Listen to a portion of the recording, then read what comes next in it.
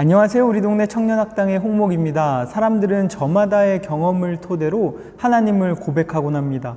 그래서 하나님에 대한 고백이 사람들마다 조금씩 다르다는 걸 우리가 알 수 있습니다.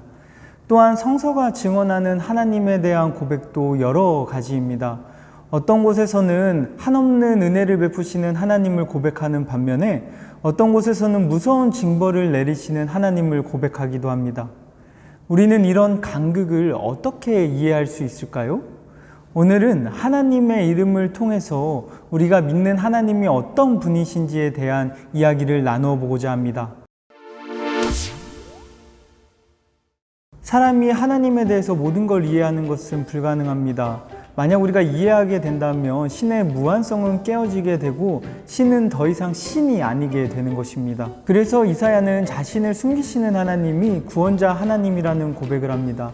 하나님은 포착할 수 없는 분이라는 고백입니다. 그런데 이런 하나님이 자신을 명확하게 계시한 사건이 있습니다. 바로 모세의 떨기나무 사건입니다. 쉽게 포착할 수 없는 하나님은 애굽에 의해 고통받는 이스라엘을 구원하기 위해 모세에게 나타나십니다. 그리고 그 현현의 장소가 불타는 떨기나무였습니다. 떨기나무는 미디안 광야에서 발견되는 키가 작은 관목류의 가시덤불입니다. 나무라기보다는 가시덤불에 가까운 것이죠. 그런데 이 가시덤불은 본질상 너무나 연약해서 사람이 인위적으로 불을 붙이지 않아도 그 사막의 뜨거운 열기만으로 인해서도 불이 붙는다고 합니다. 또 한 번 불이 붙으면은 너무 연약하기 때문에 그냥 순식간에 잿더미가 되어서 그렇게 사라져버리는 그런 연약한 가시덤불입니다. 그런데 어느 날 모세는 기이한 현상을 발견합니다. 떨기나무에 불이 붙었는데도 그 떨기나무가 타지 않고 있는 모습을 발견하게 됩니다. 이 광경이 너무나 신기했던 모세는 그 떨기나무로 가까이 가게 되고 마침내 그곳에서 하나님을 만나게 되는 것입니다. 그럼 하나님은 왜 굳이 이 떨기나무를 통해서 모세를 만나고 계시는 걸까요? 애굽의 왕 바로는 태양신으로 숭배되었습니다. 그러니 사막의 뜨거운 열을 내는 이 태양은 바로 바로를 의미하고, 그리고 바로에 의해 고통받는 이 이스라엘 백성은 떨기나무로 상징이 되는 것입니다. 하나님은 불타는 떨기나무를 통해 모세에게 자신을 드러내심으로써 하나님은 이 떨기나무를 괴롭히는 저 사막의 뜨거운 열보다 더욱더 강한 불꽃으로 이 떨기나무를 지켜주시는 분이라는 것을 모세에게 나타내 보이고 계시는 겁니다. 그러니 하나님은 떨기나무와 같은 이들이 있는 곳에서 그 떨기나무를 더 강한 불꽃으로부터 지켜주시는 분, 연약한 이들의 하나님이라는 것을 우리가 알 수 있습니다. 곧 하나님은 떨기나무의 하나님, 민중의 하나님입니다. 떨기나무를 통해 자신의 모습을 보이신 하나님에게 모세는 당신의 이름을 무엇이라고 해야 합니까? 라는 질문을 합니다. 그에 대한 대답으로 하나님은 에으예 아쉘 에으예 라는 대답을 합니다. 개역개정은 하나님의 대답을 나는 스스로 있는 자다 이렇게 번역을 하고요. 또한 공동번역이나 새번역은 나는 나다 라는 번역을 합니다. 이 본문에 대한 해석은 여전히 일치되는 견해를 보이지 못하고 있습니다. 그러나 나는 스스로 있는 자다라는 번역은 많은 학자들이 부정하고 있는 잘못된 번역이라고 합니다. 요즘 학자들은 나는 나다 라는 번역에 더 무게를 두고 있는데요. 그런데 우리가 생각하는 것처럼 하나님은 근엄한 목소리로 나는 나다 이런 말씀을 하고 계시는 것이 아니라 나?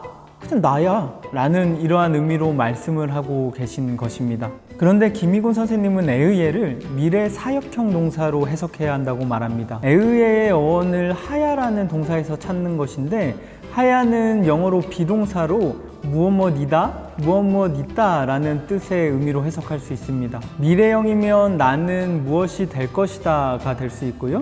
미래 사역형이면 나는 무엇이 되게 할 것이다 라는 의미로 해석할 수 있습니다. 그리고 오늘 본문의 맥락에서 보면 하나님은 지금 이스라엘의 구원을 위해서 모세에게 그 모습을 보이고 계십니다.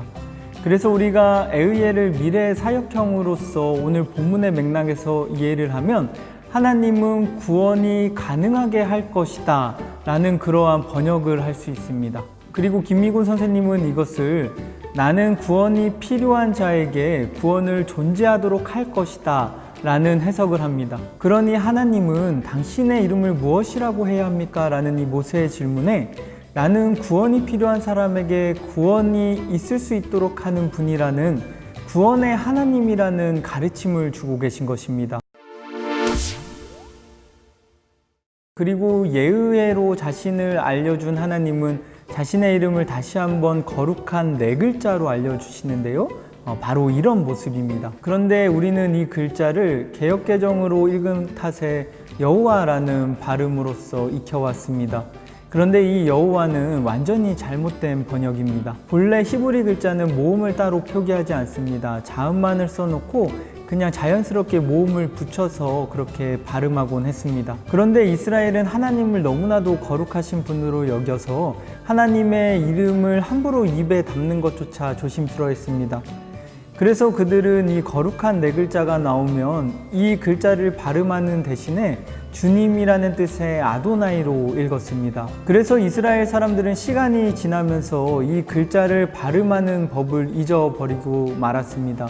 모음도 적혀 있지 않고 발음도 하지 않으니 이 글자를 어떻게 읽어야 하는지 자기 스스로도 잃어버리고 만 것입니다. 학자들이 이 단어의 명확한 뜻을 해석하기 어려운 까닭도 바로 여기에 있습니다.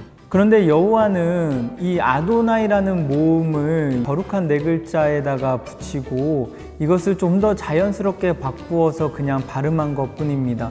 그러니 여호와는 그냥 잘못된 발음이라는 것을 우리가 알 수 있습니다. 그래서 여호와보다는 야훼가 더 적합합니다.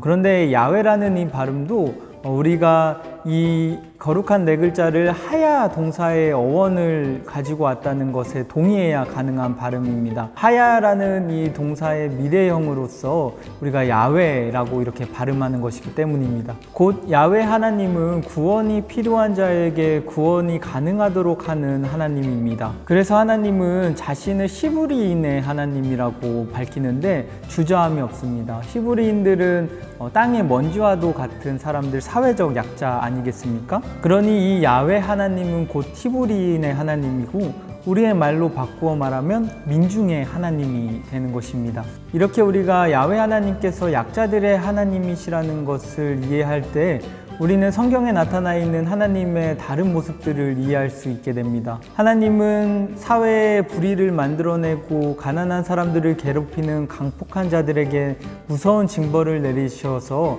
그러한 약자들을 보호하시는 하나님이신 반면 하나님은 그 강폭한 사람들에 의해서 고통받고 있는 약자들에겐 한없는 은혜로 그들을 보호하시며 안아주시는 분이라는 사실을 우리가 깨달을 수 있게 되기 때문입니다. 그러니 무서운 징벌의 하나님과 한없는 은혜 하나님은 다른 개념이 아닙니다. 약자들의 하나님이라는 우리가 이런 해석을 할 때에는 이것이 약자들의 보호라는 그 길에서 만날 수 있음을 우리가 발견할 수 있게 됩니다. 한국 기독교는 야훼 하나님을 잊어버렸습니다. 그래서 약자들에 대한 구원과 해방을 그냥 교회의 부차적인 일로만 여깁니다.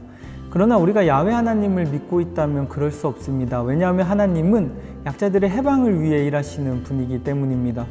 하나님은 자신을 떨기나무의 한가운데서 드러내십니다. 그래서 예수님은 구유를 통해서 우리에게 자신의 모습을 보여주셨고 갈릴리의 삶을 통하여서 하나님이 계시는 곳이 갈릴리 땅임을 우리에게 보여주셨습니다. 갈릴리는 사회적 약자들의 땅, 민중들의 삶의 자리입니다.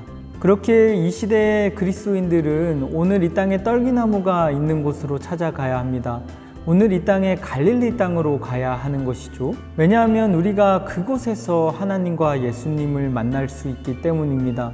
한국 기독교는 성전에 하나님을 가두어 버리고 교회 안에 하나님을 가두어 버렸지만 하나님은 이 땅에 아파하고 있는 사람들과 함께 계시는 하나님, 사회의 길거리에 내몰린 자들과 함께 하시는 하나님입니다. 우리가 오늘 이 시대에 떨기나무가 있는 곳, 그리고 민중들의 삶의 자리에서 만날 수 있기를 기대해 봅니다. 하나님은 떨기나무를 통해서 우리에게 그 모습을 보여주실 것입니다. 그럼 다음 화에 뵙겠습니다.